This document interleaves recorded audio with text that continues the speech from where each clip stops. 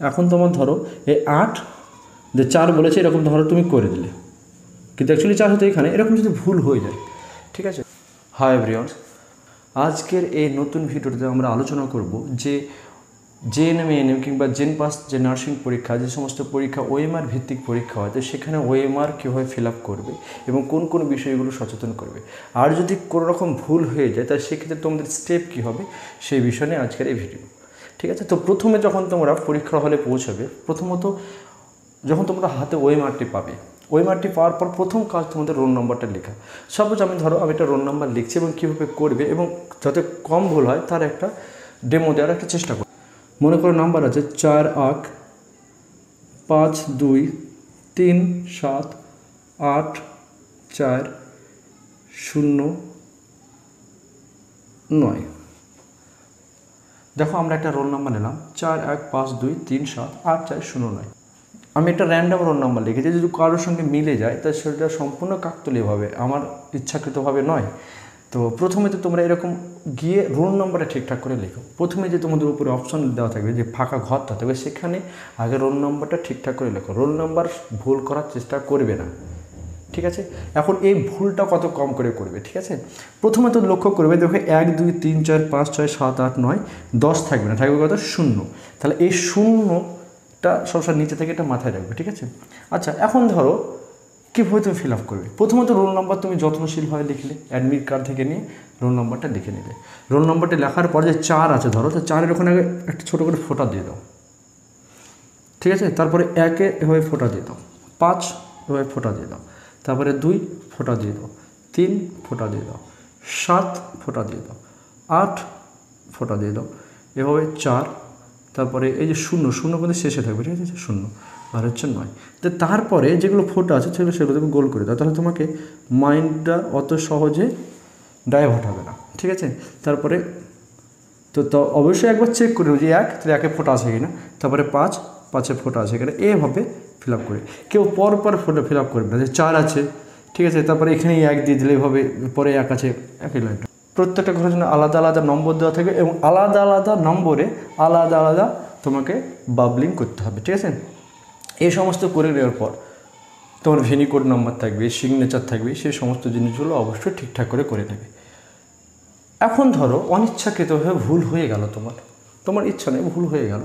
এখন এই ভুল হয়ে গেলে তোমরা একটু স্টেবল হবে, কারণ পরীক্ষায় ভুল হয়ে গেলে পরে মাথা সাধারণত ঠিক থাকে না। তোমার ভালো প্রিপারেশন থাকলে পরে তখন মাথা তোমার এক ধরনের দুশ্চিন্তা কাজ করবে এবং তুমি ভালো পরীক্ষা দিতে পারবে না। প্রথম কথা হচ্ছে, তোমরা এরকম যদি ভুল হয়ে যায় তাহলে তুমি সাধারণত এগুলো স্কিপ করে যাও, মাইন্ডটাকে কনসেন্ট্রেট করার চেষ্টা করো, পরীক্ষার প্রতি একটু মনোযোগ দাও।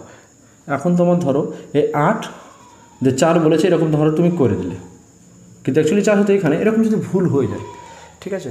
তো ভুল হয়ে গেলে তোমরা আর প্যানিক করবে না, বাকিগুলো ঠিক করে করো, ঠিক আছে। এভাবে ক্রস ফ্রস এসব করার দরকার নেই, রেখে দাও, তুমি সাধারণভাবে পরীক্ষা দিয়ে এসো।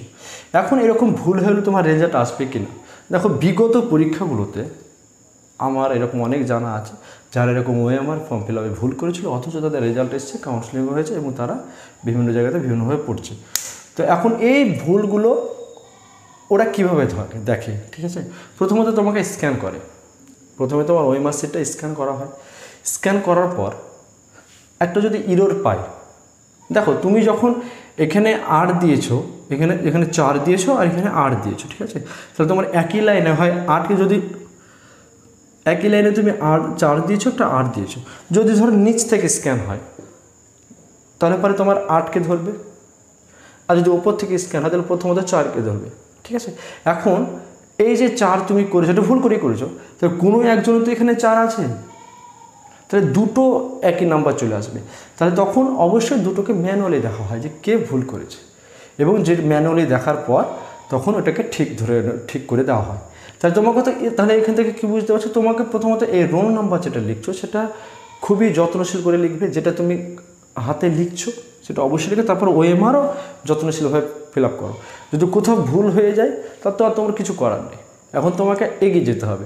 এরকম নয় যে তোমার ওএমআর ফর্ম ফিল আপ ভুল হয়ে গেছে যে তুমি মন খারাপ করে বসে আছো, পরীক্ষায় ভালো দিলে না, সেটা করবে না। তুমি ভুল করেছো ভালো কথা, হয়ে গেছে, এখন তো কিছু করার নেই। তখন তুমি আগামী অর্থাৎ পরীক্ষাটা ভালো করে দাও।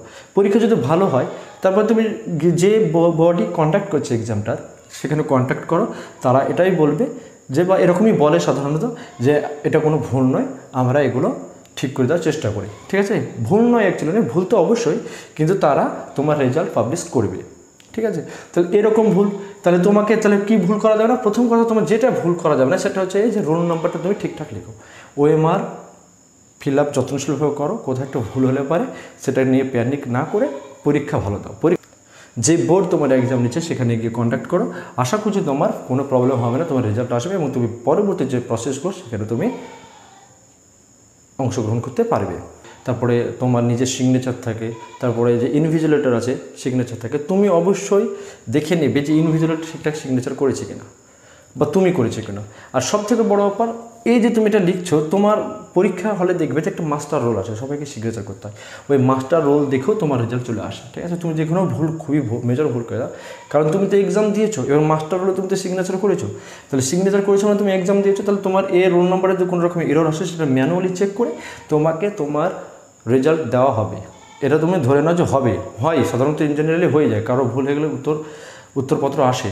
ঠিক আছে, তো এর জন্য তোমার অতটাও হিউজ পরিমাণ পরীক্ষায় যেন ইম্প্যাক্ট না পড়ে। পরীক্ষাটা ভালো করে দাও, পরীক্ষা দিয়ে বেরিয়ে এসো। তারপরে যদি খুব সন্দেহ হয় তাহলে তুমি গিয়ে যে বডি কন্ট্যাক্ট করছে সেখানে গিয়ে দেখা করো। আশা করছি তোমাদের এই প্রবলেম সলভ হয়ে যাবে। তবে রেজাল্ট ভুল হলেও রেজাল্ট ইঞ্জিনিয়ারিংয়ে আসে।